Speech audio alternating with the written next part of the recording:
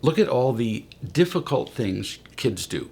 Whining, anger, fighting, anxiety, addiction to phones and video games, failure in school, rebellion, lack of responsibility, depression, eating disorders, porn, all that kid stuff that destroys their happiness. These behaviors kill them emotionally, spiritually, and in relationships, and it makes us pretty crazy too. What can we do about it? A lot, it turns out. More than anything, as much as air and water, our children need our unconditional love. Love without disappointment or irritation, which few of us as parents have ever seen. It takes a while to learn to love unconditionally, but I can tell you one powerful first step. Listening. On the whole, we parents listen very poorly. We people listen poorly. I've worked with thousands of families and kids who are behaving badly. And they uniformly report, the kids do, that nobody listens to them.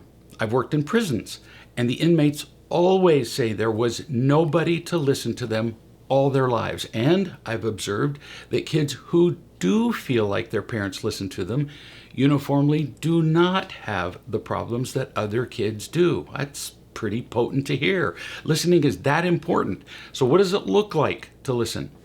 One day I was talking to a mother who was having a lot of the troubles we just mentioned with her children, quite a variety. You've experienced many of them yourself. She wanted to understand why the problems persisted no matter what she tried. During the course of a video call with her, I heard her 4-year-old son say, "Mom," on 6 different occasions, using a different tone of voice each time, all within just a few minutes. When the child walked away, I asked her if she knew what her son had said to her each time he said the word "Mom." And she said, "What do you mean?" Obviously, she had not heard. "Exactly my point," I said. "You're missing what your child is saying to you. With a single word, Mom, he's already saying a lot, and you're missing it." She asked me to teach her, so I translated the tones of his voice. I will not attempt to accurately recreate the perfect tones of a child, but I can understand them, and I can give you examples of what a child means with a single word. I told her the first time he said "Mom," he was saying, "Mom, are you listening? Do I have your full attention? Can I keep talking and hope at all that you'll listen to me, that you'll hear me?" "Why is that important?" I said. "To nail the meaning of that tone, because if you don't understand it, you'll completely botch the communications. You'll respond poorly, if at all. What if somebody came up to you and said," still talking to Mom, "I'm completely lost. Where is Walnut Avenue?" And you responded with, "I think spinach would work much better in that salad than iceberg lettuce." That would be utterly confusing and dismissive to the person who needed your attention, who needed your directions, wouldn't it? Our children are just as confused. They feel just as dismissed when we fail to understand what they're saying. If you had understood that first tone of "Mom," what would you have done instead of half listening to him, which you did? You would have eagerly turned away from the screen where you were talking to me. I would have understood completely. You would have lit up like sunrise and said something like, "Wow, you came to see me?" The child would just wriggle like a puppy. "What did you come to tell me?" Mom said to me, "But wouldn't that be rude to you?" That's my problem. If I found your child's interruptions inconvenient, I would just schedule a call at a better time. Wouldn't bother me that the child was speaking, but you're using me as an excuse. You ignore his tone a lot when I'm not there. He's used that tone many times with you, and you've mumbled something useless while you were thinking about something else or watching a movie or whatever. Mom said, "How do you know?" Because I know you, and I know the problems you're having with your kids. If you had established well-worn patterns of genuinely listening to them, they wouldn't be having all those problems, really. And you don't feel enough love, so you're not happy either to be that kind of listener. You just don't know how to do it. Now, understandably, Mom looked a little deflated by all this information. So I said, relax, kid.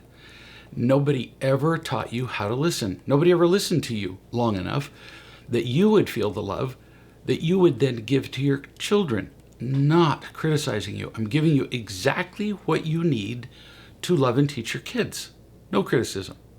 Now Mom looked a little encouraged, and she asked me to tell her about the other 5 tones that I had heard. She remembered that I said 6.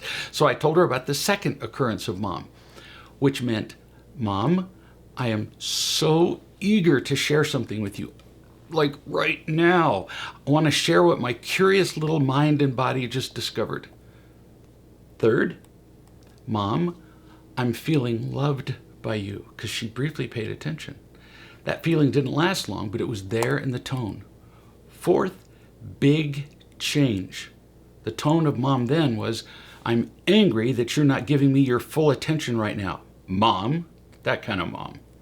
Fifth, Mom, I love it when you listen to me, even when I have to work at it, like when he got irritated. And sixth, Mom, I'm done now. Bye.